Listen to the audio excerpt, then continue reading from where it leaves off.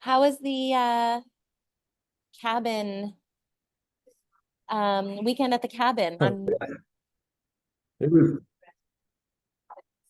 it was good. We actually got like snowed in. It was crazy. There was 2 feet of snow that happened overnight, and so we had to leave early, but it was crazy. Oh, you had to leave because of that? Yeah, because Uh, it was gonna get worse, and it snowed 2 feet Oh, overnight. So like it was even gonna do worse, and we are like, oh, we have to be able to get out of here and get home. And it was like, yeah, it was crazy.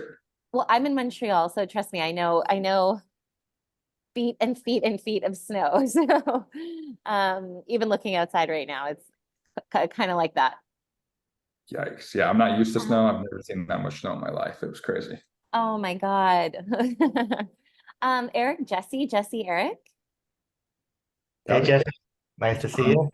So Eric and I work together. It'll be really helpful. He is really he's the one who sets up like all our ads and stuff. So this is going to be really helpful for both of us to be here. But yeah, how have you been? How have things been going since we last spoke? Good, good. Keeping busy, Yeah, growing stuff.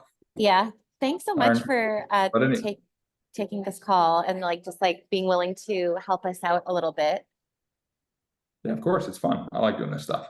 But let's hop right into it though Yeah. too. So like get to business. Yes, please. So yeah, we're just so right now, just to give you an idea, all of our ads are like paused. And it's because I think we really need to mix things up, switch things up, and develop a bit of a new strategy, which is why this call is so important to us. So I was actually going to follow your lead and ask you like where you think would be most helpful to start.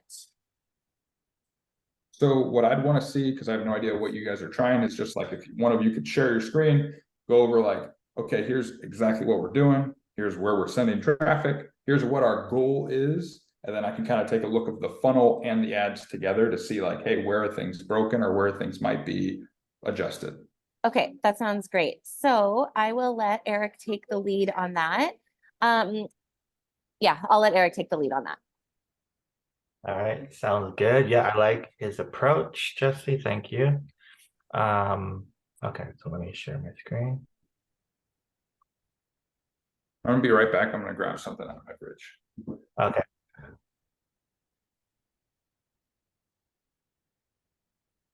All right, Kavita. So here's our ads.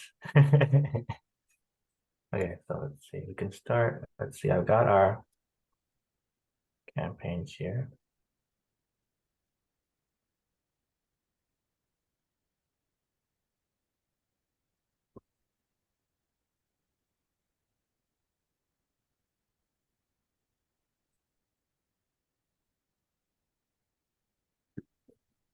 All right, I'm ready. Okay, awesome. So we were sending traffic to our free newsletter, The Dating Dose. So we were doing a mix of videos from UGC creators and also and from Kavita. And the last thing we were doing was an image ad. So for example, we had like this, we've had this running for a while, like sending people like this, haven't dated in years, joined 5,000 single guys re-entering the dating scene. Okay. Can you open the date range so I can see like what the performance has been, CTR, the main metrics we want to look at. Some of them I'll help you build today because setting up your dashboard, you gotta like in the Facebook ads will help you just make high level decisions really fast. But the key metrics that you're going to look for on these ads, number one, for the ad perspective, we want link click-through rate. We want to make sure that we're looking at that, not normal CTR, but link click-through rate, Right. link click-throughs. We want scroll stopper. That one you have to build because for videos, that tells us essentially how many people actually stop scrolling to look at the ad. We want to look at clicks to conversion action. So meaning of the clicks, how many people actually convert to the landing page? We want that metric right there in the dashboard because that again will tell us how good effective is the ad itself at converting people, not just getting them to click. And so those are like the key ones that at a high level, you want to look at just like immediately to know, is this effective or not effective? I can help you to set those up. I can actually, what I'll do is I'll create a Loom video showing you how we build those, because it's just a custom metric, some of them that you create a formula and it'll populate in your sheets every time. But for now, let's do performant. Actually, you have your own here. Let's see what this one is. So let me do, so like, for example, maximum. So this is kind of like the lifetime, I guess. Perfect. So cost per lead, around $3. You guys spent about $2,000 on this campaign. What was the CTR on this one? Link click-through rate. 3.48. That's pretty good percentage-wise. And then of the link clicks, which you got 2,500, how many people became leads? I'm gonna do a percentage there. Can you scroll over to the leads part? So 486 divided by 2,500. So that's one thing that we do want. So the landing page itself is opting in at a 19%. A baseline that you should be shooting for is at least 30%. So that tells me the ads are doing good. Like on that side, you're getting a good click-through rate for at least that top ad right there. Even your cost per lead's pretty good, but the landing page isn't even hitting baseline for converting, at least at a lead. Now that's only for getting leads. I'm sure you guys have something after they opt in where you're trying to get somebody to buy something, but I'm just talking about just the lead part, the opt-in. It's below average. So immediately what I would say is, okay, let's look at the opt-in page and start changing, split testing things to make it to where it gets to at least the baseline of 30%. Because if we're not hitting 30%, it is hard to scale the front end traffic for even leads. Is it worth showing any, like some of the other stuff that we've yeah, exactly, like that? That's the original ad, Eric, the one of me? Yeah.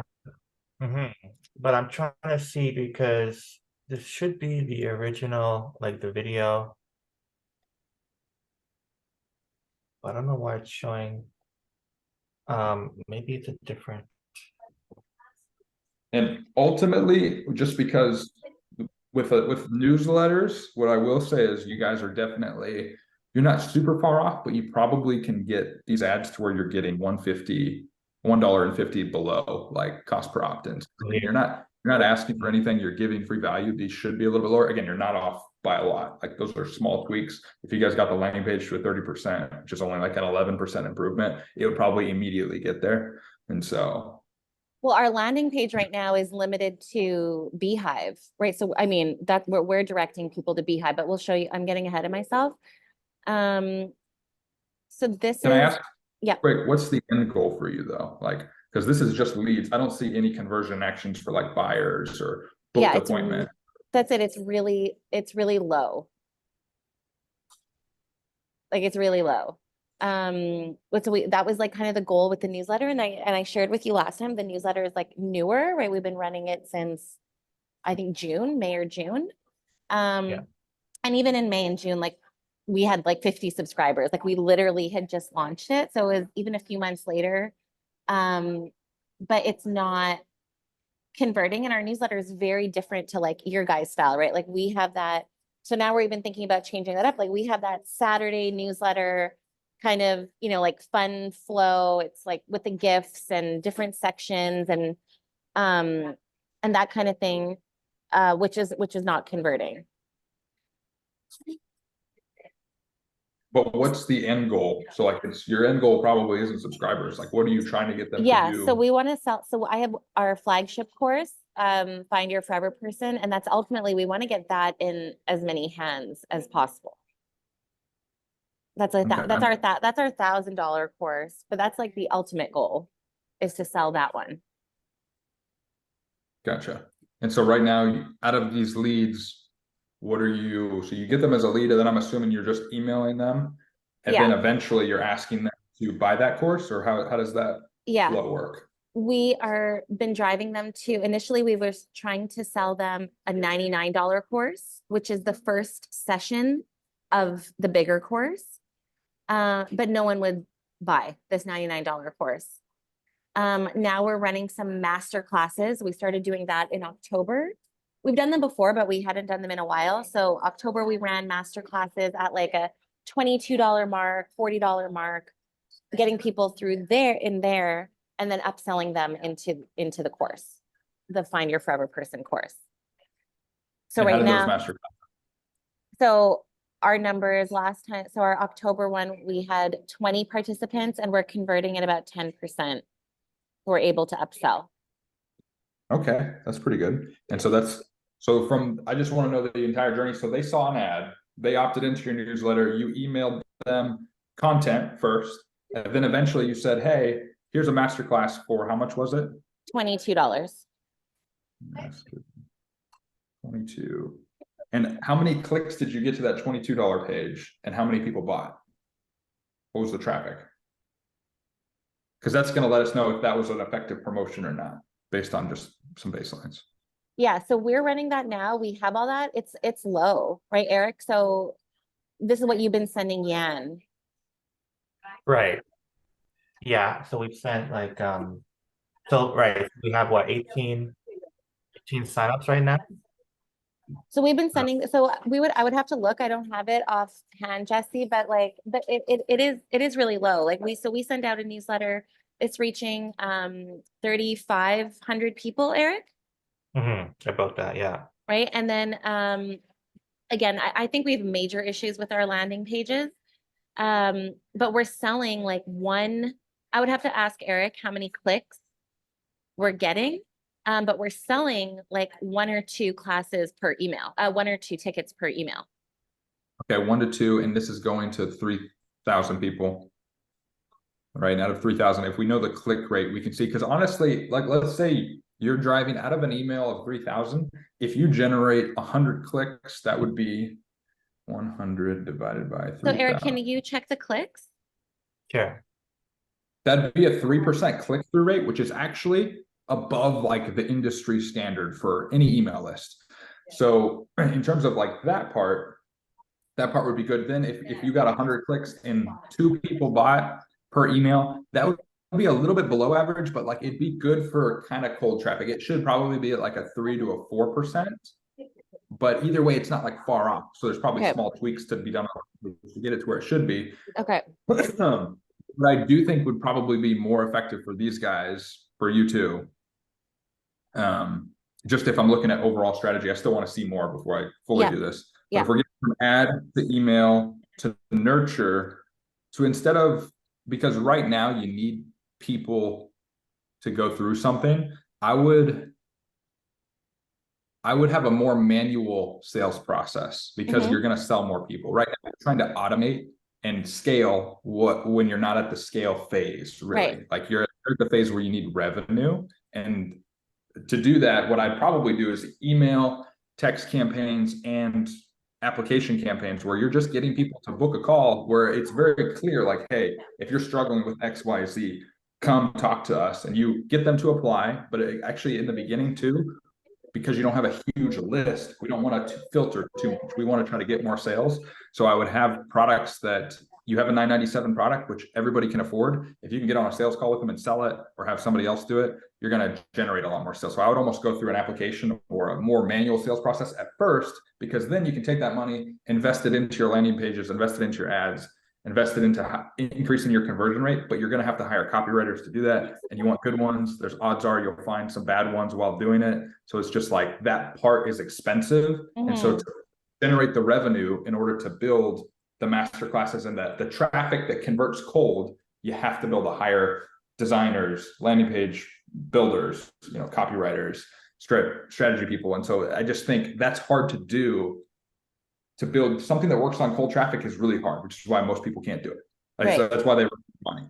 So like the way you're going to have to put money into that to make it work. And so the easiest way to do that I know about is, again, getting on calls with people, manually selling them these things, because they feel it too. It's like when it's automated, you're not as likely to buy. When you get a manual email from somebody and you're like, oh yeah, sure, I'll hop on a call with you. Yeah. And you're more likely. Okay. And to get, and go back to what you were just saying. So getting people to, isn't it the same thing? Like getting people. So we've tried this, we've tried being more manual, not fully. Like, I don't think we've really tested it out far enough or stuck with it long enough.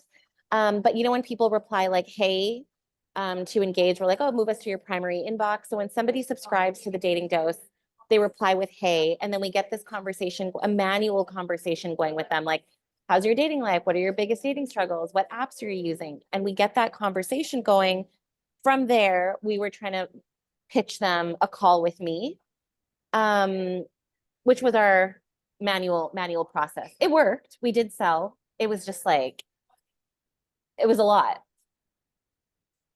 That back and forth to get them to finally book that call. Then I'm spending like, which is fine, but I'm spending like a good 40 minutes to an hour with them on a call. They like to talk. And then by the end of it, you know, the biggest sale, I was able to sell like a $500 course by the end of one of those calls, sort of thing. So that was the highest ticket that you Yeah. were able to get? So then I'm still sticking with the fact that if you either have time or money, and so like if you have money to hire copywriters and do that stuff, by all means, I would do that. I'm under the assumption that you don't have the revenue to do that, which Right. is why I'm recommending the other way, because you will make Okay. more revenue. I think we can look at that process and still optimize that process in and of itself to make it easier for you, Yeah. or for your team, whoever's doing the sales calls. But I still think that's the best process initially to make profit initially. Okay. Otherwise, again, making cold traffic work with ads, you're spending money, you're doing a lot of stuff. It's the most expensive to do. And so I'm just trying to think, how do we make profit first so that we can actually dump into that? So are you suggesting like, so we should still be running ads like we're talking about, getting new subscribers and still getting those people like coming through and reaching out to these people one-on-one? Or are you actually suggesting like, I don't know, go all in on the subscribers that we have before getting new ones? I'm a big proponent of always stay advertising, even if it's a small budget, because then Okay. you're always growing, you're always learning, Yeah. you're always having data. So I Yeah. almost never turn off ads, even if they're bad, because I'm Okay. like, it's a small budget's better than Yeah. no budget. Okay. But yes, your existing lists, I think there's money in there. The other thing to look at when we're looking at the ad, if these people you think don't have a lot of money and that's why they're not converting, there's only a few reasons why they're not converting. One, they don't have enough money. Two, you haven't built enough trust with them, right? That's pretty much usually the only two reasons. Or three, they don't have enough trust with the brand. Those are like when you're selling something, those are the three things you need. If you have those, then they're going to buy. So it's either they don't have enough money, these guys, they're all really broke. And in that case, your ads are the problem because they're attracting what you're putting out there. So if I had an ad, here's an example. If I had an ad that said, if you're an entrepreneur and have been super successful, but you haven't been successful in your dating life, here's the 3 steps you need to fix it. Who's that going to attract? Okay, so right. Who's that going to attract? That'll attract me. That'll attract higher income people. They're already successful. But if I'm just saying, hey, if you're joining the dating market with like other thousands of men, that's just getting anybody that's into dating and like, oh, you know what, that's cool. But that's not attracting the right person. So your messaging on the ad is going to attract who you want. So if you want somebody that makes more money and who's more likely to buy, then in the ad, you should say stuff like, hey, if you're a guy that takes action, who actually is willing to blah, blah, blah, then guess what? Here's the 3 steps you need to know to fix your dating life. So what you're saying is going to attract the people you want. And so just be wary, like your ad was very vanilla. And so it was attracting with everybody. Yeah. But then those guys are going to be harder to convert to. Yeah. So you want to try, right. So that makes sense because our call out right now is very like, you know, is if you just want a girlfriend, if you just want to meet women, like we're thinking like that's the thing that'll draw men in. But yeah, I don't think that these people. Yeah, so that's still a good message. But then how do you also make sure you're attracting guys that would be willing to invest in themselves? Well, that's the thing. It's what you're saying is correct, is like the guys are telling us they don't have money. They're saying it. I have no money to invest. When are they saying it? So a lot of the guys that when they write in, Eric, would you say that you are getting that impression from our clientele, like from our subscribers? Yeah, I would say we're definitely attracting what were like the half of the part, like the single and struggling and zero confidence. But But then also they have no money. also they have like no money. They don't want to like they don't want to even want they some of them haven't even aren't on the apps, which is fine, but they don't want like they're like the investment part is definitely So Jesse, where we're finding this out is when people reply to our newsletter and say, and they engage with us and it's like, hey, do you think I can have a decaf Americano, please? Thanks. And they're replying with like, hey, and they are like getting a conversation going, and then we'll be like, here's what tell us about your dating struggles. They tell us, we'll be like, here is the best thing that'll help you. So low cost, $29, $99. And they'll just, or our master class is coming up. And one of the first questions will be like, is it free? I don't have money to spend right now. So I don't know if they're just saying that and we don't have that trust, but that is what we hear a lot. It's probably a little of both, because I don't know how soon you're selling them and how much value they perceive they've gotten. But I do know if your ad is doing that, you probably are getting just a lot of low income guys that just like are opting into lists. And so here's an example of something it's not the high income entrepreneur, but still get somebody with money.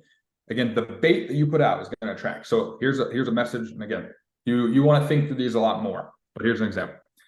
If you've paid for dating apps and they still don't work, here's what's wrong. Who is that going to attract? The people that paid for them, not the people that are on the free version. So again, you're getting people that have put money into dating, which means they will often put more money into dating because they're already putting money. So that's just an example. Again, that's the bait, the ad that you build is going to attract exactly who you're looking at.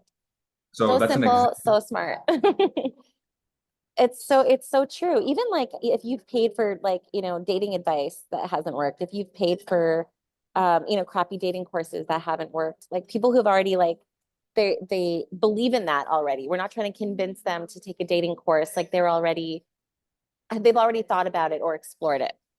Yeah, exactly. Getting people like that. Now, with people like that, if they've already done dating coaching, you have something else you're going to have to overcome, because now they've been burned. Yeah. So then you have to know how to overcome that objection in your copy or in your sales process.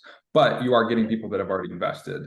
Now, the reason I do like this too is because there are people out there, and I think you're getting a lot of them, that are like my dad. They never buy shit, like unless they're free. And it's really annoying to me. I'm like, Dad, how do you not you have an iPhone, you do buy stuff, but anytime he talks about anything, he's like, is it free? I don't know why they're charging. I'm like, Dad, it's business. They're going to service. charge. Yeah. It's like, how do you not get this? Why do you expect things to be free? I don't understand it. But that's how a lot of people are. That are consumers. Are like, oh, it should be free. But if it was a really good product, they should make it free. I I'm know, like, that's make any sense? We just say it now. I'm like, they're like, why isn't this free? And I'm like, because like we are operating a service and this is a business, and what else do you want me to say here?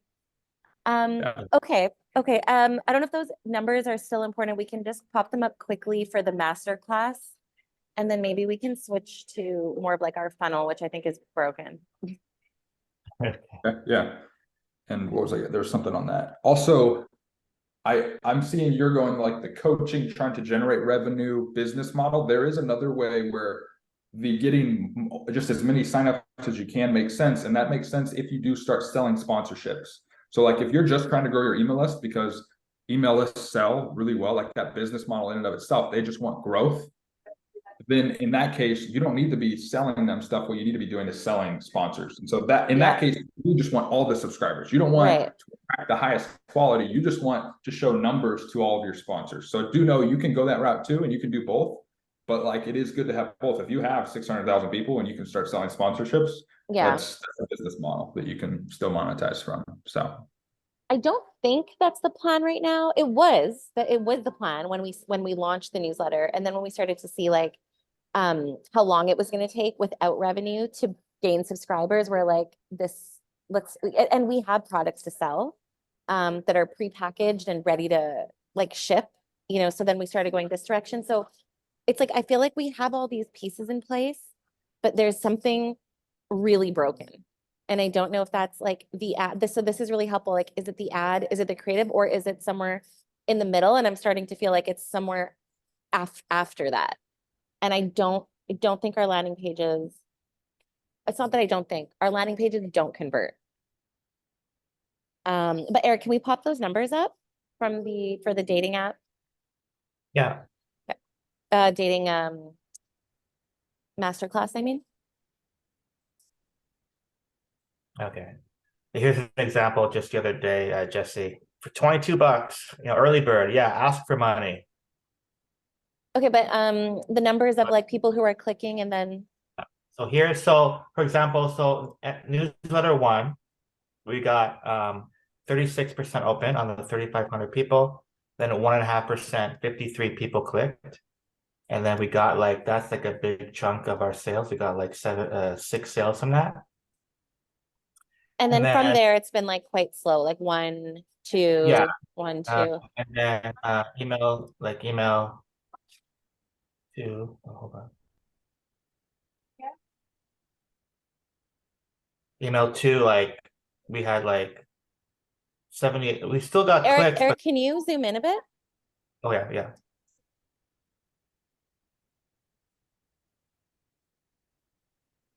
Gotcha. So, I mean, off that first email, you had pretty good numbers, like in terms of conversion rate. The click rate was about average. That's just the size of your list. I mean, that's a list thing. Like the open rate was about the only thing that I'd say is could have been better on both of them.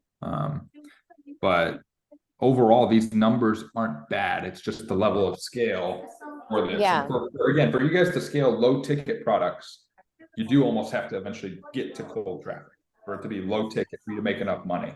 Yeah. Which is why selling higher ticket makes a lot more sense in the beginning because you have a smaller audience. And if you attract high quality audience that trusts you, it will make you more money versus this. The model you're going after is almost like Marnie's model, but that's not going to work for you because you're not at Marnie's phase. You don't have the Yeah. media reach. Like our conversion rate, we can convert 1%, but because again, we have 600,000 people on an email list, like that's a lot different. Every email converting 1%. Yeah. Versus when you have 2,000 Yeah, people, it's you're not like gonna be able to do that. tiny numbers, Okay. But I think the strategy, the approach has to be like you want to do that for scale, for eventually brand, but that requires a lot. And so the first thing, again, I do think selling higher ticket, attracting the right people on this list that you know will buy a high ticket, and then going through that process of selling them because that's the easiest way to make money. It really is. When you do one-to-one sales, it's the easiest way versus the automated way. The automated way is better at scale, but we're not at scale yet. We're at small, and then we're growing. Yeah. So I have to take as many calls as possible. It would be us. Like right now it's Eric and I on the team. I would be doing these sales calls. Which is And fine. then you hire a salesperson, and then you give them 15%. When you have a full process that gets you booked calls, and you're getting, let's say, 5 a day, then you're like, okay, this is time for a salesperson, or So however many you can take 2 a day. Then that's awesome. When you get to where you're doing 3 a day, now you're like, okay, it's probably time for me to get somebody else to do this. Okay, so then how do we so- get to 3, 5 calls a day? And not, 2 a month? So let's map it out. I'm going to share my screen, and we're just going to real quick go over this. So I like the drawing, it's easier.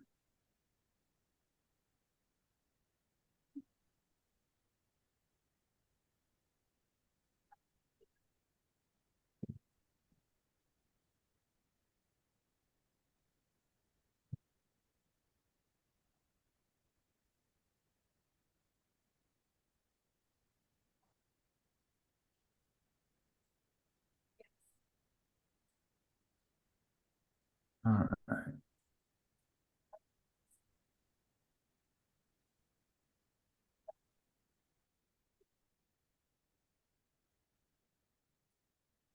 So what we're going through here is like, what if you have a process that gets you X result, we just want to do more of that. So I'm going to put a idea process here, and then it's just about filling it.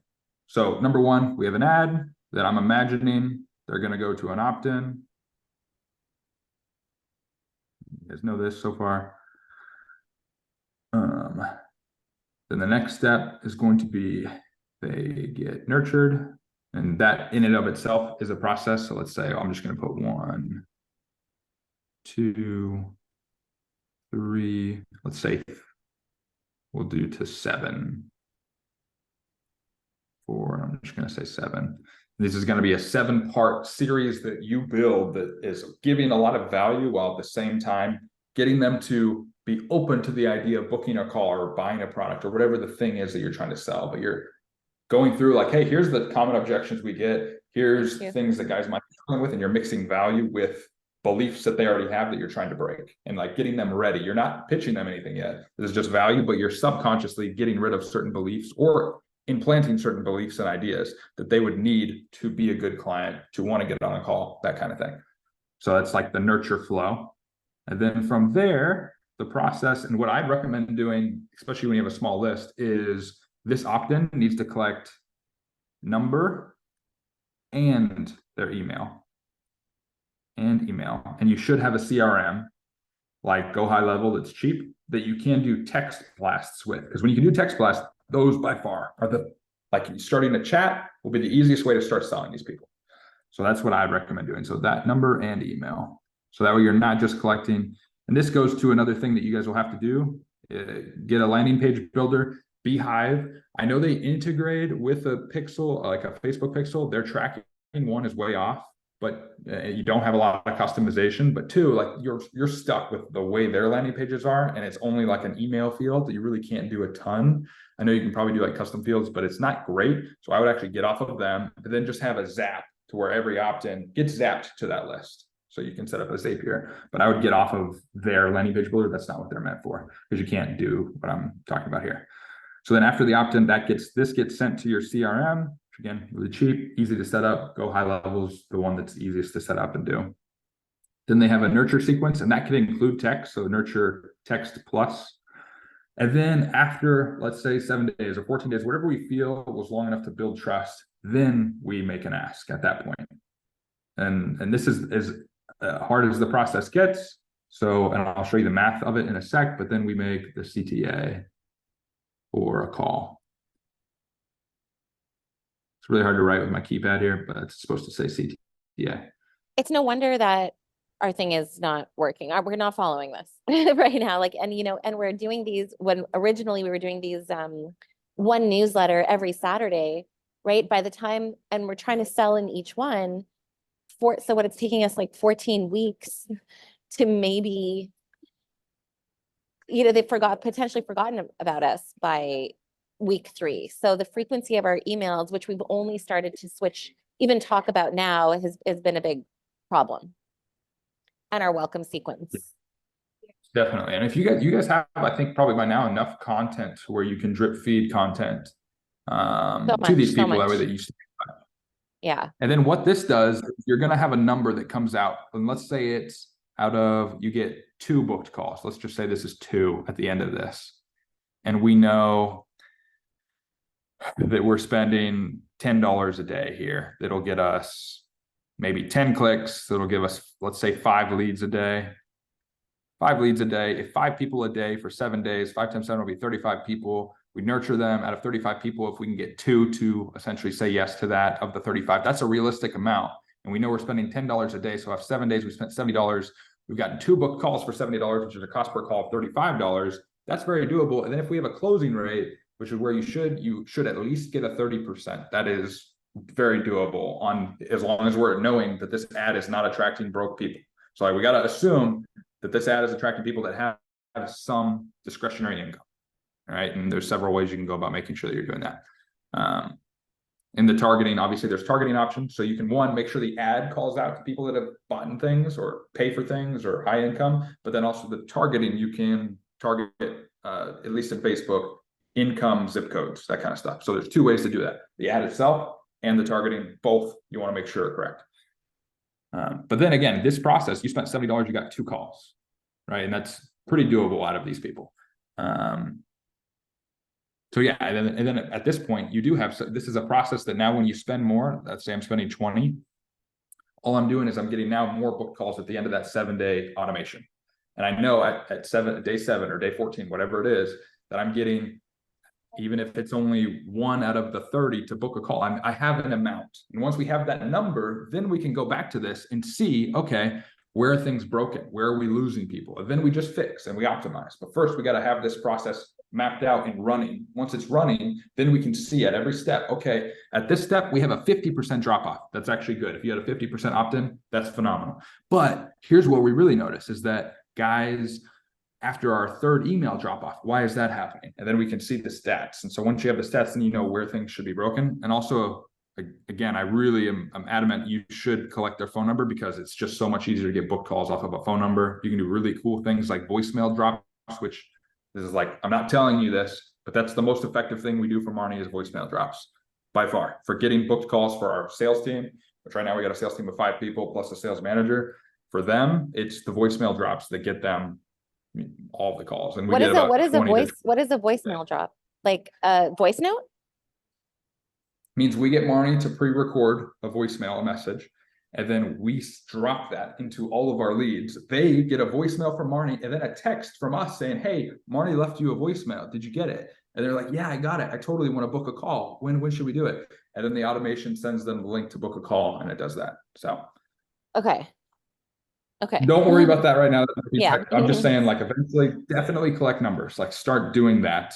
Okay. It's well worth doing it. Okay. So no first name, email, phone number. I would still get first name too. I mean, yeah, just because for the text you'll want that. So yeah, I'll get name, Right. email, number. Okay. Put that here. Right now, Eric, when on average, we were running that image ad, but on average, how many people are opting in on we were running our ads $25 a day. How many? And you're right, Jesse, like Beehive's not accurate, but how many people are we getting with a $25 budget?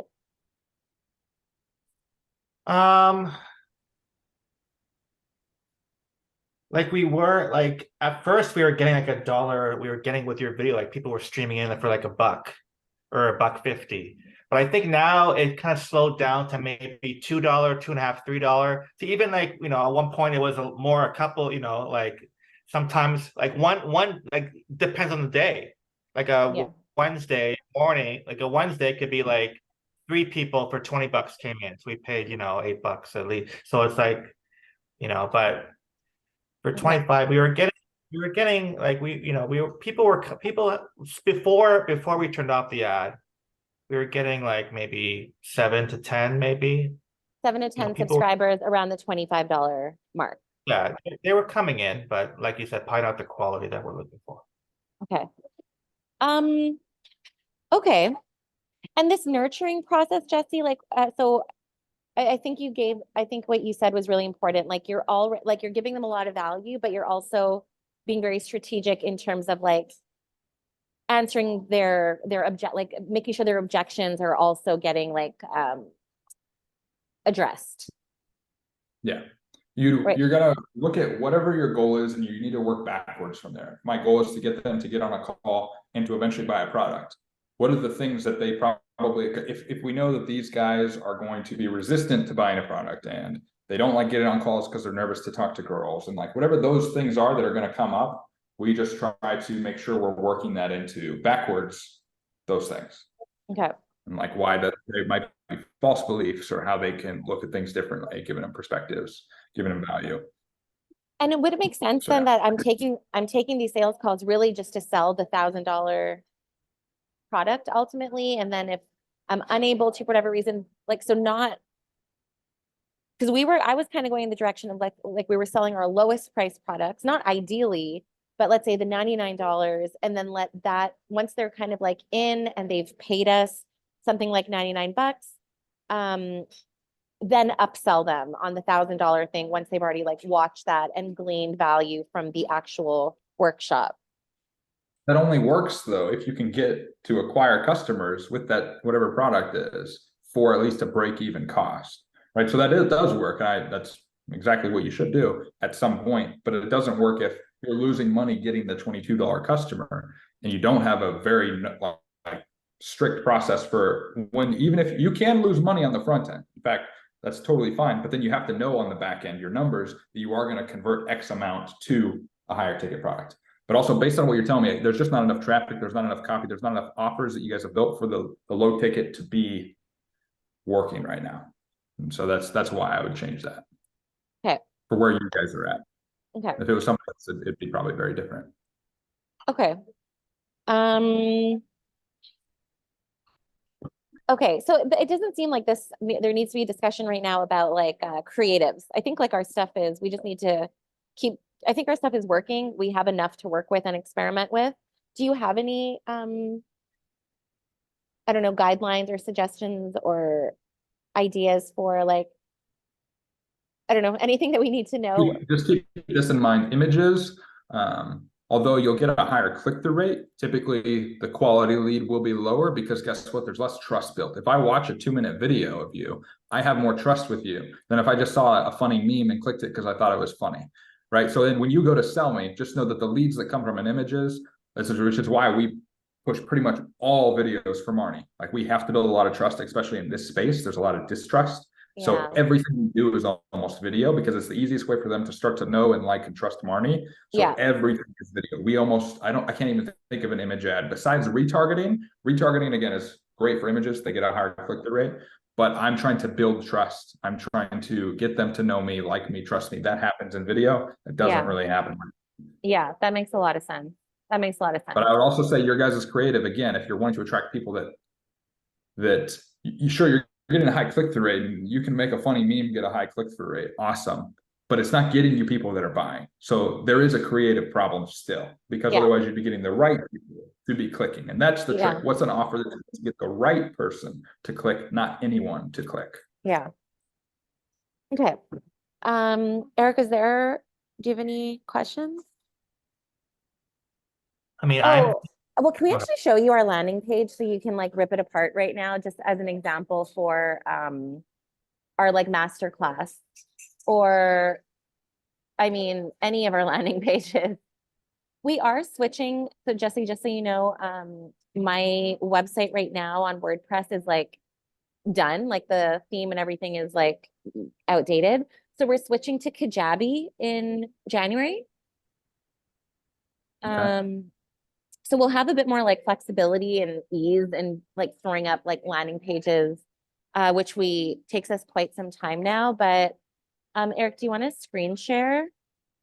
So Kajabi is more of like a course creator / content holding, like really for like courses and stuff. They don't have the best pages. It's easy to make landing pages, but I don't think it has the customization you'd need to like do what I'm talking about, which is like a ClickFunnels, a lead pages, convert tree, anything that's just and you can buy a cheap one. It doesn't have to be ClickFunnels.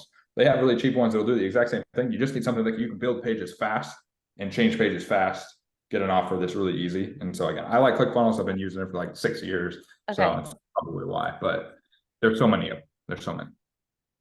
Right. Okay. So meaning we would need both Kajabi and something like ClickFunnels?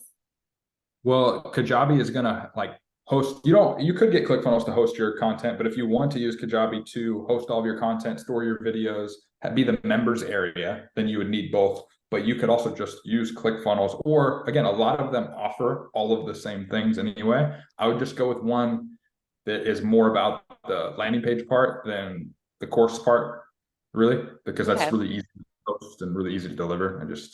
Kajabi, I just haven't. They are good for a court, like it's clean, it looks nice when you log in, but I'm more thinking the marketing side, we got to get people to buy. That side, ClickFunnels is definitely the best. Samcart is one of the best. Converttree is one of the best. There's a lot though. There's a lot of them.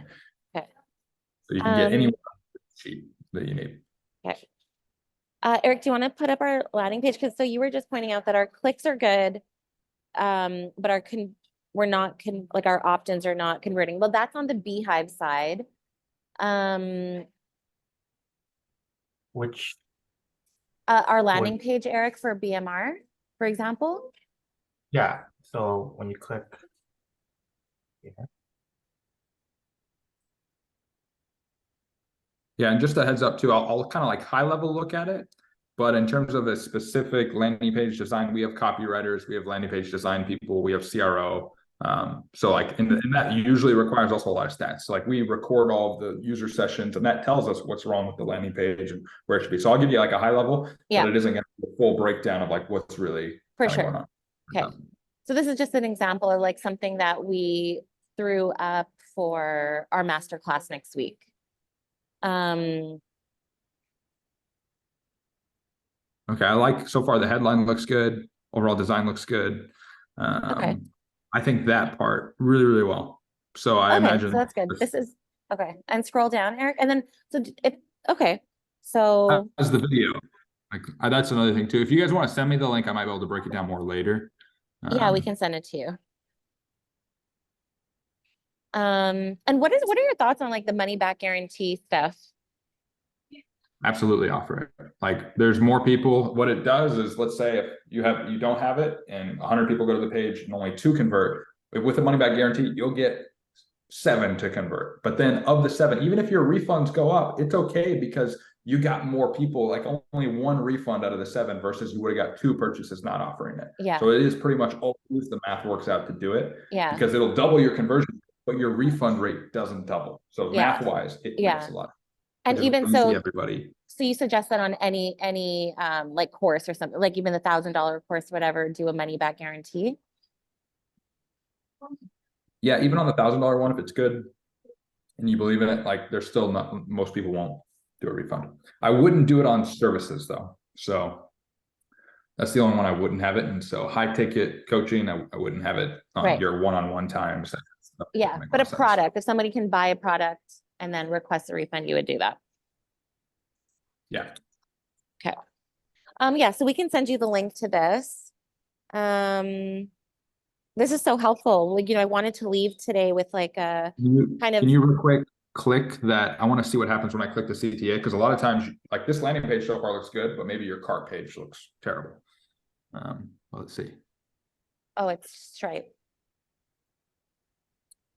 Okay, so let's make the Stripe. So on a typical cart page, there's like testimonials, there's the money back guarantee here, there's the badges, there's trust badges. Okay. So I would add those just to make it to where they can like just see that. So if you can, with Stripe, I think it's hard to customize the checkout. But again, these are just some things that why like a ClickFunnels or something like that, you can customize your cart page to be like that. But go look at anybody on like ClickBank that's selling a really high in this space affiliate product. Look at what they do on their checkout page and be like, oh, smart. They're putting testimonials. They're putting all of the bonuses. They're making it to where, because you're getting like 100 clicks, and of those, you already had a good conversion rate. But that landing page that I just saw was pretty good. I don't know how the video was, but the landing page looked good. When they click here, there is a little bit of a disconnect from what I just saw in there. You want to remind them of like everything they're getting to get them to follow through. Okay. Yeah. Okay. Wow. I never even thought about this being a problem, but that makes so much sense. It's like our last opportunity to really get them to like buy right here and not navigate away from this page. Yeah, and a lot of people too, like right before the end, like that's when they're like, that's the make or break moment. Like, so you might have an amazing video and it gets them ready, but then they see the cart page and they're like, you know what, maybe not. Okay. And we threw up this video very like quickly. We'll send it to you. You tell me what you think. This video is actually a welcome video for the people who already bought it. And I just kind of like chopped it up and just so that we can have some sort of video. We'll send you this page. So I think we're in a good spot to just kind of, start to map out a new strategy, I guess, is where we're at. Yeah, I think if there were like a priority steps, it would be get a CRM. And also, the CRM itself has landing pages. So you don't even need to get a landing page builder because it's going to have it. If you use Go High Level, like it'll automatically have everything you need there.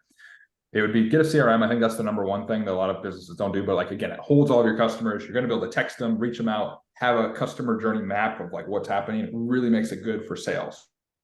Like, and you're going to be doing more manual sales. So you're going to want to have the ability to know, hey, have we reached out to this guy? What stage of the pipeline is he in? So like CRM, you don't have to know all the advanced stuff yet, but get one, start putting your customers in it. That way you can manage your customer relationship.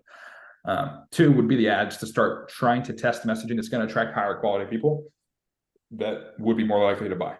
And then 3, I'd say build that nurture sequence. The way we just mocked out a flow, it doesn't have to be perfect right away. You just have to have a process that at the end has a desired result, which is the calls booked or the purchases bought, whatever that thing is. And then you just have that process, you have that map. And then when you have data flowing through it, people flowing through it, then you'll know where things are broken, as long as you're tracking each of it, and where to fix things. So just that process, doing that, you'll be able to scale, optimize, and then from there, it's just off to the races. So. Yeah. Okay. That's so helpful. So helpful. This has been so helpful. Jesse, thank you so much. No problem. And yeah, feel free to reach out. I don't always, like you probably already see this, don't always respond fast, but when I see it, I'll respond. Yeah, that's Okay. that's totally cool. I'm usually not like, where is he? What is he doing? But yeah, no, this has been so nice. It's really nice. You know, when we first spoke, you're like, reach out when you need help. And I'm like, is that, real? And here we are. And I really appreciate it. We've been kind of just confused about what direction to go in next. So this has been eye-opening.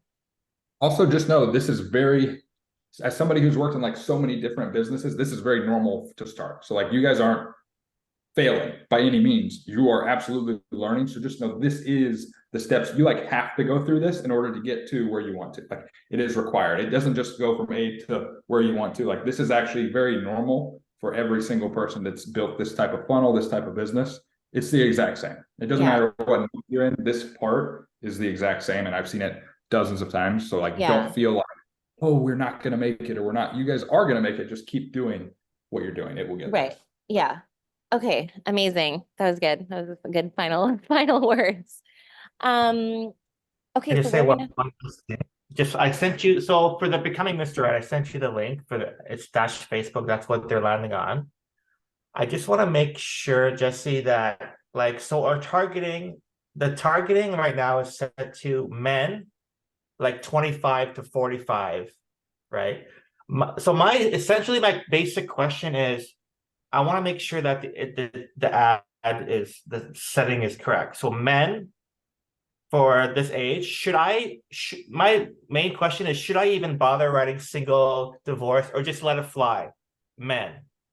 Yeah, divorce is a great market. Yeah, definitely men. Divorced people buy this stuff. The only thing I might change in the targeting is you can test the 10% income bracket. So I would test doing that. And then the 10%, right? So do I need to specifically target singles?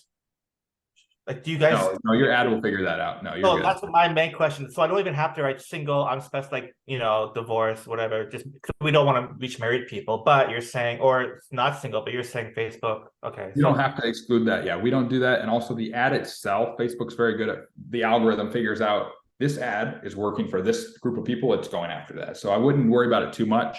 You can and test it by all means. You have so many ad groups to test, but typically opening it up, as long as the base demographics and things that you really want in there are in there, then just kind of leave it open, because the ad will find the audience for you. So literally just men, age, and 10% people, like test that. Yeah, test. So I would have, if it were my campaign, I'd have the campaign, and then in the ad groups, I'd have one that is assuming that the ad is changed to attract, again, the bait is more for higher income people. I'm assuming that's already changed. I would have one that's completely broad men, like just completely opened up broad men, because it's going to attract them anyway. Another one that is top 10%, that is, just top 10% men. And then another one that you could layer in single and top 10%. So you're going broad, a little bit more narrow, and a little bit more narrow. And so you're kind of have all three of them, and then see what's happening with them. Now, there is an argument, I wouldn't worry about it right now. There's an argument to be made that you should start with the most targeted first. The reason being is because you want the pixel to get better data first. So if I know I only want high income people, then the ad I should let run for a week before opening targeting is the one that has high income and single targeting, because it's narrow and it's getting me better data. So the leads that come through there, although might be more expensive, I'm teaching the pixel that this is the type of lead I want. So there is an argument to be made to do that, but I don't think it's going to, with the amounts of spend you guys are doing, the fact that you're not optimizing for a purchase right away anyway, I don't think it'll matter as much for you guys. But there is something just down the road, be aware that your pixel, you're training your pixel, and that's how Facebook delivers the ads, is all based on that pixel data. So that's another thing. Okay, so you're saying the first one to test is just men. Yes, broad men, assuming the ad is correct. So I would say I would put all three in one and test them all three at the same time. All three. So we have the campaign and then 3 separate ad sets. Yes, exactly. One is the broad, so it's broad men, age, whatever that age is that you know is yours. The next one is men age that are in top 10%. And then it's men age single top 10%. And those are three separate ad groups. And then you'll see side by side which one's doing the best, highest cost per lead, all that kind of stuff. So we would, and then we would put the same creatives in each one, exact same. Yep. The only thing that's different on that one is the targeting. Okay. Okay. And one I have quick another question. call in 3 minutes, just letting you guys know. Okay, cool. So- And should we just focus on Instagram, Facebook, like, and what about YouTube ads? Or is that a separate beast? The separate beast, it's a lot harder. It's a lot more scalable. We spend more on YouTube than we do Facebook for us, but it is way harder to get to work. You'll have to spend a lot more money. So I would stick with Facebook, or Facebook, Google, or not Google, Facebook and Instagram. It's faster to get results there. There's a lot more work, I feel like, in Facebook because you have to keep refreshing creatives quite a bit, but it's a lot. It'll be better starting. For the starting, okay. And I had one more thing. YouTube, Facebook. Oh, and just like number of creatives like that we're putting in each ad set. What would you recommend experimenting with at the start? To start, how I launch campaigns is I do dynamic creatives, and I usually have 3 to 5 videos or images in that one, and 3 to 5 copies. And then from that, I let that run for usually a week, and I get the top 3, and then I create actual ads with post IDs out of that. And then that's what we scale. So there's a learning phase, and then there's a scaling phase. And first we learn. With you guys, it'd be easy enough. I like dynamic creatives. Facebook likes dynamic creatives. I would use those to start. And then when you find winning creatives, you put those into a normal ad, and then you just scale those, because those, then they'll build social proof. So they'll get likes, comments, shares, all that kind of stuff. Okay. Okay, sweet. Amazing. Thank you so much. Thank you so much. Yeah, no problem. Yeah, would you're the best. Would you mind sending me the recording too when you have it downloaded? Yeah, I'll do that. Awesome. Okay, amazing. Okay, thank you so much. I'll be in touch soon. You guys have a good week. Talk to you later.